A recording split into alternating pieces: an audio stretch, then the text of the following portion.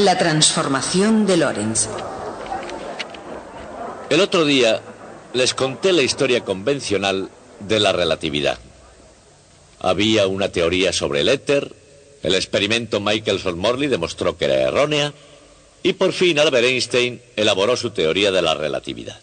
Como les dije entonces, esa historia es lógicamente correcta, pero históricamente incorrecta.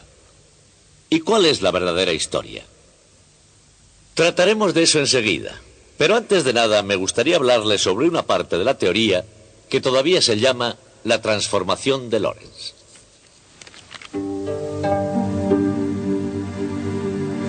En la transformación de Lorentz se encuentra sobre todo la velocidad de la luz, la velocidad que brotó de las ecuaciones de Maxwell, los 300.000 kilómetros por segundo que Michelson midió con significativa precisión. Esa velocidad que es esencial en física moderna y vital para poder entender el universo tal como realmente es.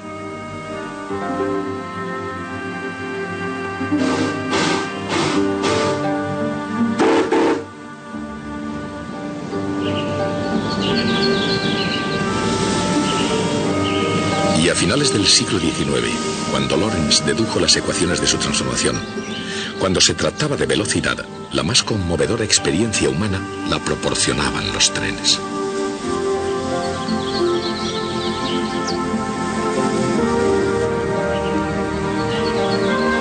El automóvil, que el tiempo dejaría completamente en marcha, y la aviación apenas despegando. Grande o pequeño, sofisticados o un juego de niños, los trenes eran la auténtica imagen de la velocidad. Pero en realidad, lo único que movía a la gente a gran velocidad en la Tierra era la propia Tierra. A 108.000 kilómetros por hora en su órbita alrededor del Sol, los habitantes de nuestro planeta no son conscientes de esta velocidad. Pero existe, y para los físicos del cambio de siglo era una velocidad con respecto al éter. Desde los tiempos de Aristóteles se pensaba que el éter era la materia precisa de que estaban hechos los propios cielos. Ese concepto permaneció como una mera especulación hasta que dos americanos consiguieron probar, de una vez por todas, que lo que llamaban éter luminífero, de hecho, no existía. Fueron Albert A. Michelson y Edward Morley.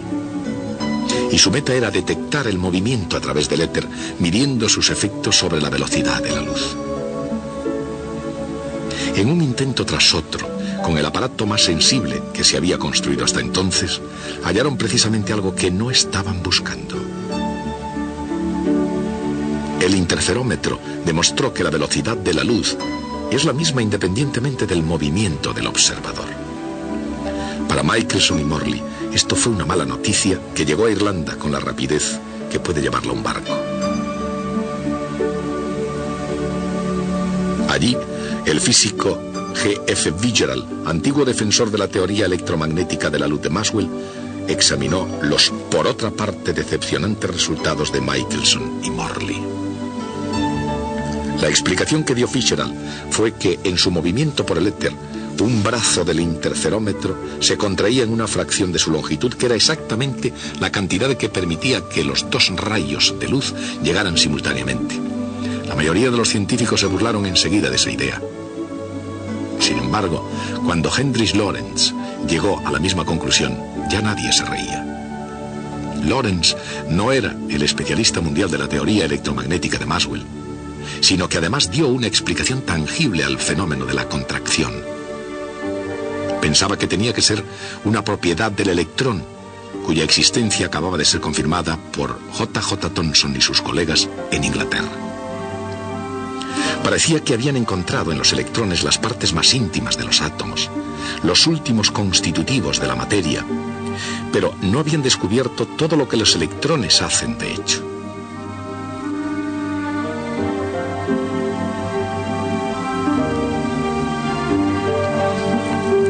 Lorentz pensaba que una posibilidad era que un electrón se contrajera en la dirección del movimiento.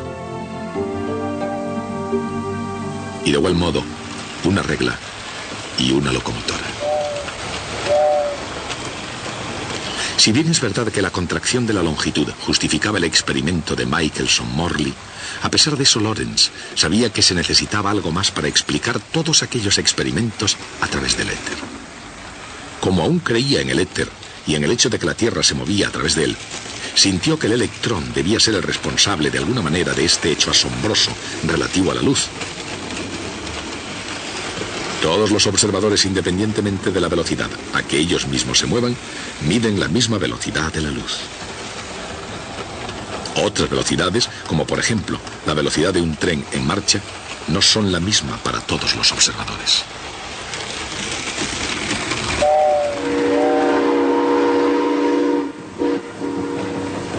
Para un observador situado en un andén, por ejemplo, este tren está pasando a buena marcha. Pero a uno situado dentro del tren le parecerá que su velocidad es 0. Y en cambio, que el terreno fuera se está moviendo. Por lo tanto, como ya se dio cuenta Galileo en el Renacimiento, y como este hombre sabe hoy, la velocidad de un objeto depende de la velocidad del observador.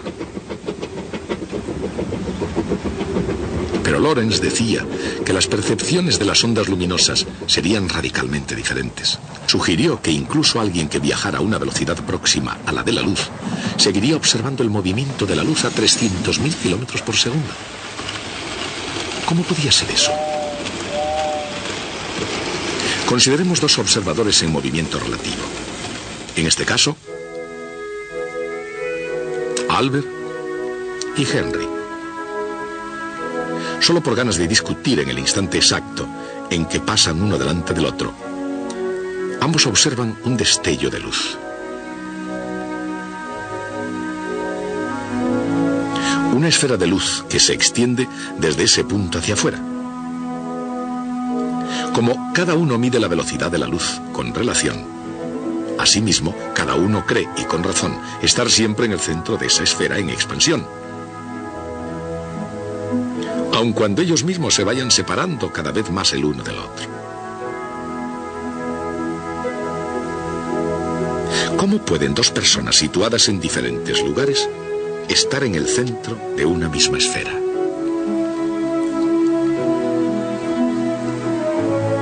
Para confirmar su percepción, cada uno coloca dos detectores de luz separados, una distancia igual.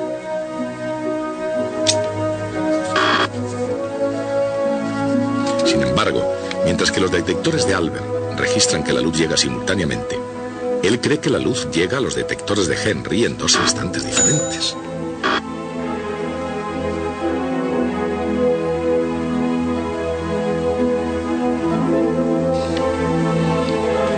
Entre tanto, Henry piensa lo mismo, pero al revés.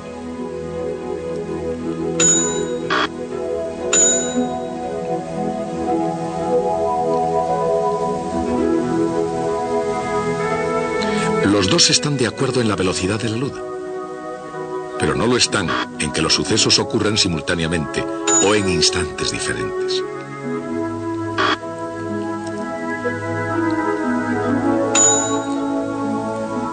No se trata aquí de semántica, ni de un debate trivial. Se trata de que tanto el tiempo como la distancia tienen que estar afectados por el movimiento. Sin embargo, por profundo que esto sea, el matemático francés Henri Poincaré puso objeciones a la naturaleza limitada de la explicación de Lorentz. Lo que se necesita, dijo, es una nueva ley fundamental de física. El principio de relatividad, según el cual las leyes de los fenómenos físicos serían las mismas tanto para un observador fijo como para un observador que se desplaza con movimiento uniforme de traslación. O dicho de otra forma, como Galileo había indicado, un estado de movimientos uniforme es tan bueno como cualquier otro. Después de todo, esta idea era la base, unos 300 años antes del razonamiento de Galileo y de la ley de inercia. Pero Poincaré estaba sugiriendo que la idea de relatividad de Galileo se debería generalizar de modo que abarcase todos los fenómenos físicos, incluida la luz. Por ejemplo, un observador midiendo la velocidad de la luz no podría determinar si está en movimiento, puesto que esa velocidad es la misma para todos los observadores. Y eso significaba que las antiguas nociones de espacio y tiempo tenían que cambiar. Y aunque el propio Poincaré rehuyó el examinar las consecuencias, Lorentz desarrolló las consecuencias necesarias para demostrar con precisión cuánto se tendrían que contraer las reglas y cuánto tendrían que disminuir su marcha los relojes cuando están en movimiento. Se puede ver la esencia de su razonamiento con ayuda del reloj más sencillo posible. Dos espejos separados, una distancia fija, y un rayo de luz rebotando del uno al otro. Cada rebote del destello es un tic o tac del cronómetro. Para Henry, su reloj está en reposo y funcionando normalmente, mientras que para Albert ese reloj está moviéndose y entre el tic y el tac ve al rayo de luz seguir una trayectoria mayor. Pero la velocidad de la luz es la misma para todos los observadores. Luego la luz debe tardar un tiempo mayor en recorrer esa distancia mayor. Por consiguiente, Albert piensa que el reloj que se mueve marcha más despacio. Pero, ¿cuánto más despacio?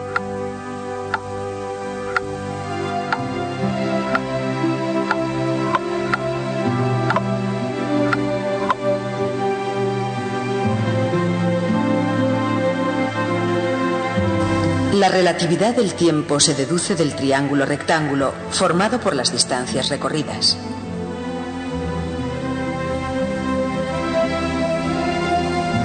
El teorema de Pitágoras demuestra que el recorrido de la luz en movimiento es mayor que la distancia entre los dos espejos. Es esa distancia multiplicada por el factor 1 dividido por la raíz cuadrada de 1 menos v al cuadrado dividido por c al cuadrado. Este factor se encuentra tan frecuentemente en la relatividad que se le ha dado un símbolo propio, la letra griega gamma.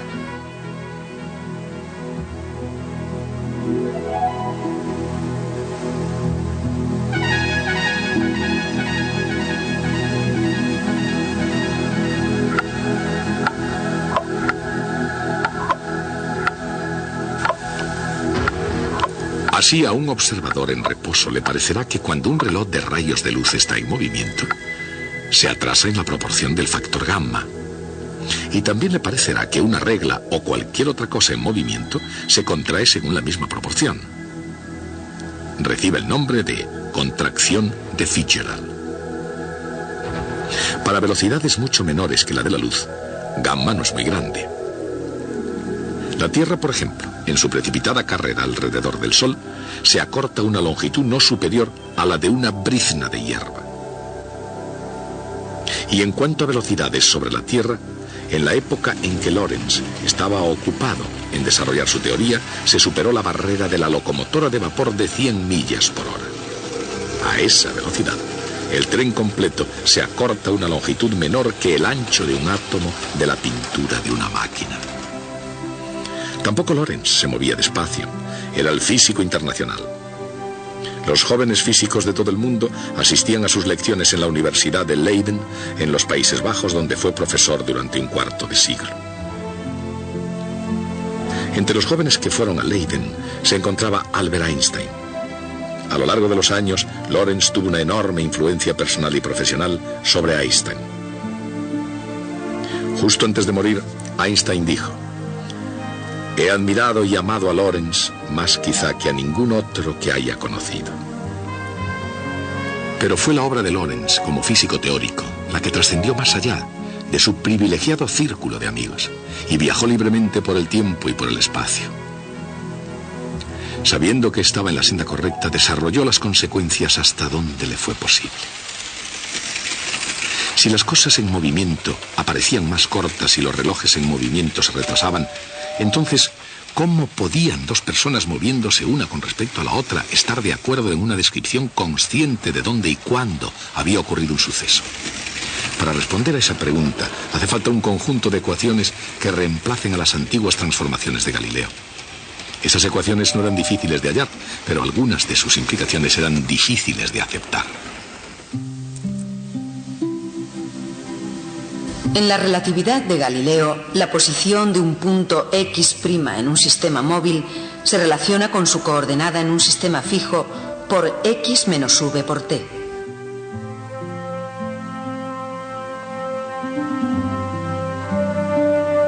Lorentz descubrió que para la nueva relatividad esto debía multiplicarse por el factor gamma. Esa es la ecuación en la dirección al movimiento. En direcciones perpendiculares al movimiento, las distancias son las mismas en ambos sistemas. En cuanto al tiempo, aunque los relojes puedan estar sincronizados en algún sistema, sus lecturas en otro sistema pueden depender del lugar en que se encuentren.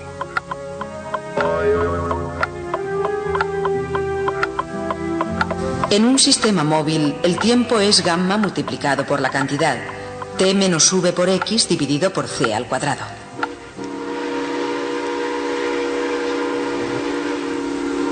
Estas ecuaciones juntas constituyen la transformación de Lorentz y expresan la esencia matemática de la teoría especial de la relatividad. La transformación de Lorentz retrasa el tiempo y contrae las distancias en un sistema móvil, independientemente de qué sistema móvil se haya tomado. El observador en el sistema móvil piensa que está en reposo y que es el otro sistema el que realmente se mueve. Pero esas dos ecuaciones hacen algo más de eso. En realidad ligan tiempo y espacio. No tiene sentido decir cuándo ha sucedido algo si no se dice dónde ha sucedido.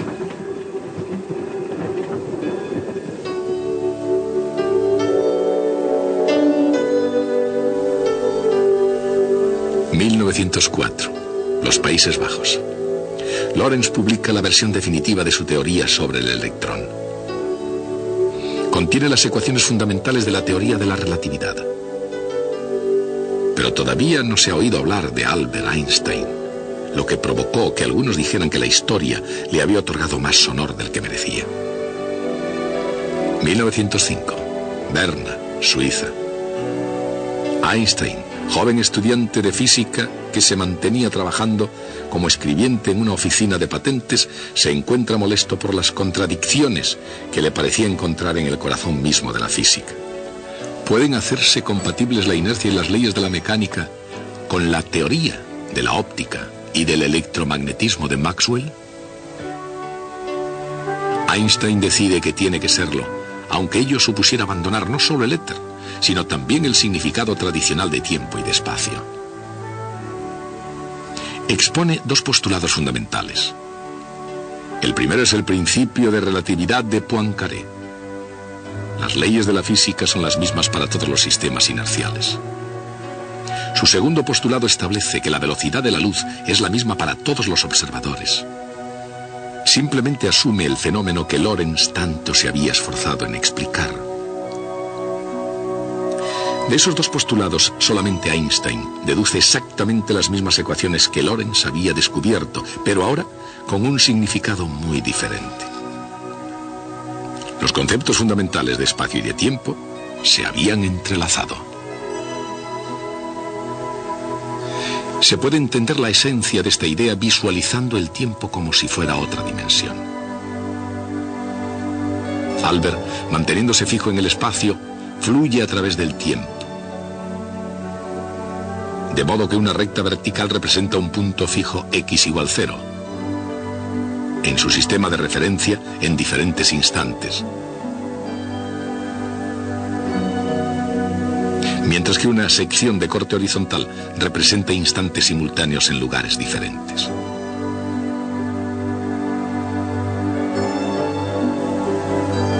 Por otra parte, alguien que se mueva, Galileo por ejemplo, sigue una trayectoria oblicua.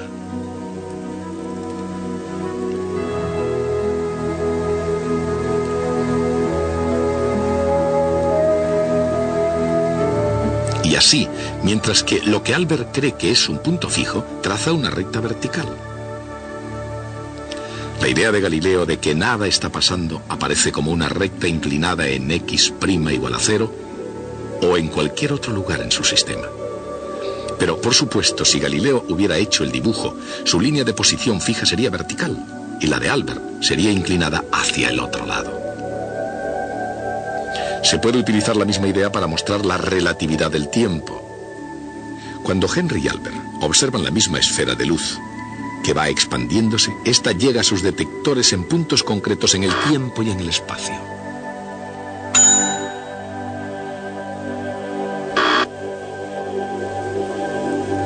Reciben el nombre de sucesos.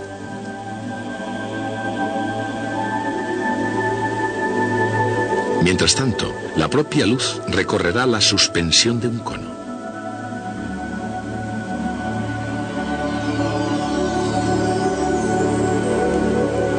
Para Albert, los sucesos situados en una sección de corte horizontal son simultáneos. Para él, uno de los detectores de Henry suena primero. Luego, los dos suyos suenan simultáneamente. Y finalmente, suena el otro detector de Henry. Así que él piensa que esos dos sucesos son simultáneos. Pero Henry también cree que esos dos sucesos son simultáneos. O sea, que no solo las líneas de posición constante de Henry están inclinadas, sino también lo están las líneas de tiempo simultáneo. Para Henry, sucesos simultáneos tienen lugar en cualquier parte de una sección de corte oblicua. Así que él cree que primero va una de las señales de Albert, luego las dos suyas y después la otra señal de Albert. Por supuesto, si Henry hubiera hecho el dibujo, habría dibujado sus líneas de posición constante y tiempo constante perpendiculares entre sí. Asombrosamente, eso no hubiera cambiado el cono de luz en absoluto. Esa forma de ver las cosas recibe el nombre de diagrama espacio-tiempo, y de ese modo se pueden visualizar muchos de los extraños efectos de la relatividad. Albert, por ejemplo, cree que la regla de Henry no tiene exactamente 1 metro de longitud. Mientras que Henry, al ver pasar a Albert, piensa que la regla de Albert es más corta.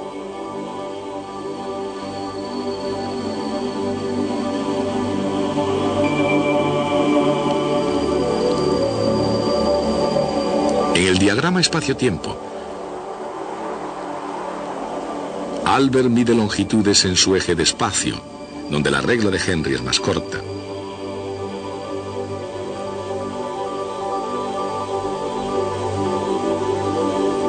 Pero en el eje de Henry, la situación es a la inversa, y la regla de Albert es más corta.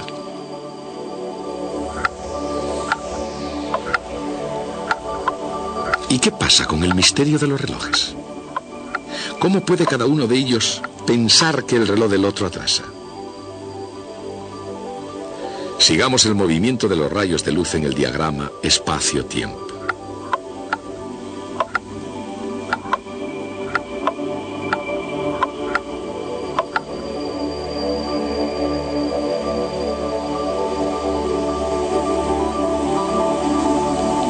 En el eje de tiempos de Albert, los tics de Henry están más separados entre sí que los suyos.